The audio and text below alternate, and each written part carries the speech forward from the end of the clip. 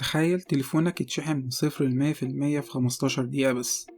ده تحدي جديد ونجحت فيه شركة شاومي من خلال تقديم هاتف شاومي 11i هايبر تشارج.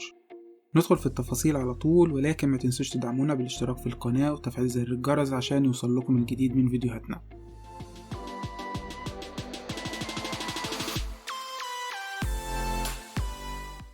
تصميم تليفون شاومي 11i هايبر تشارج جاي بأبعاد 163 ملم ارتفاع في 76 عرض مع سمك 8.3 ملم. وزن التليفون تقيل نسبيا حوالي 204 جرام. أما بقى عن خامات التليفون فظهره جاي من الإزاز وبيدعم تركيب شريحتين بخدمات ال 5G. التليفون مقاوم للأتربة وقطرات المياه بمعيار IP53. أما عن ألوان التليفون فهم 4 ألوان: اللون الأخضر والأسود والبنفسجي واللون الأزرق.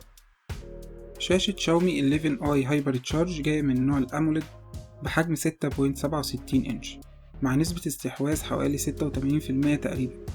أما بالنسبة لكثافة البيكسلز هم حوالي 395 بيكسل في الإنش الواحد. والشاشة مدعومة بطبقة حماية من نوع الكورنينج جوريلا جلاس 5 وبتقنية ال HDR10. شاومي 11i هايبر تشارج جاي بنظام أندرويد 11 مع واجهة شاومي المعروفة ال MIUI 12.5e. كمان التليفون مزود بمعالج ميديا تك ديمنسيتي 920 نفس معالج تليفون فيفو في 23. المعالج اوكتا كور أو 8 النواة بتردد 2.5 جيجا هرتز. كمان جاي بدقة تصنيع 6 نانومتر ومدعوم بمعالج رسوم مالي G68 MC4. بالنسبة للرامات وهي من نوع ال LPDDR4X واللي بتيجي بنسختين 6 جيجا و8 جيجا مع مساحة تخزين داخلية من نوع UFS 2.2 وبحجم 128 جيجا بايت أو 256 جيجا بايت.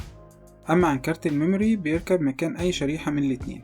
كمان شاومي اشتغلت على ان الجهاز لازم يكون ليه تجربة قوية جدا من حيث التصوير، فزودت الجهاز ب3 كاميرات خلفية. الكاميرا الأساسية جاية بدقة 108 ميجا بكسل مع فتحة عدسة 1.9 ومدعومة بمثبت إلكتروني. بالنسبة للكاميرا التانية هي خاصة للتصوير الألترا وايد، فهي جاية بدقة 8 ميجا بكسل مع زاوية تصوير 120 درجة. بالنسبة للكاميرا التالتة وهي خاصة برضو للتصوير الماكرو وبدقة 2 ميجا بكسل بفتحة عدسة 2.4. الكاميرات بتقدم جودة تصوير بتوصل لل 4K.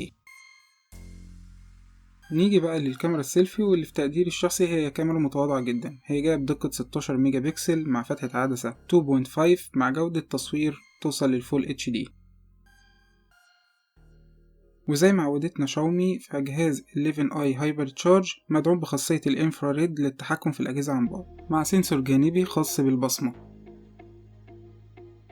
نيجي بقى للبطارية ونظام الشحن. كلنا عارفين ان شاومي والشركات المنافسة ما عدا الشركات القديمة والكبيرة زي سامسونج بيحاولوا يوصلوا بالأجهزة بتاعتهم لأكبر سعة للبطارية مع نظام شحن سريع جدا، واللي طبعا بيزود قيمة هواتفهم وبيريحنا كمستخدمين من طول فترة الشحن.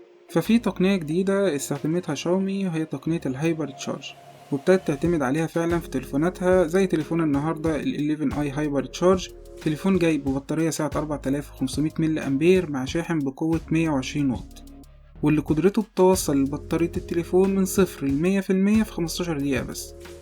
طبعا لو حصل تلف للشاحن أو الكابل هتبقى مضطر لشراء نفس الكابل والشاحن اللي هيكون متوفر في الشركة أو من خلال وكلائها فقط. بالنسبة لنظام التسعير فشركة شاومي سعرت تليفون 11i هايبر تشارج بحوالي 320 يورو أو $360. المتوقع ان شركة شاومي هتعلن عن النسخة العالمية في شهر فبراير 2022. هنا نكون وصلنا لنهاية الفيديو، وياريت نعرف رأيكم عن التليفون في التعليقات، ونشوفكم ان شاء الله في فيديو جديد.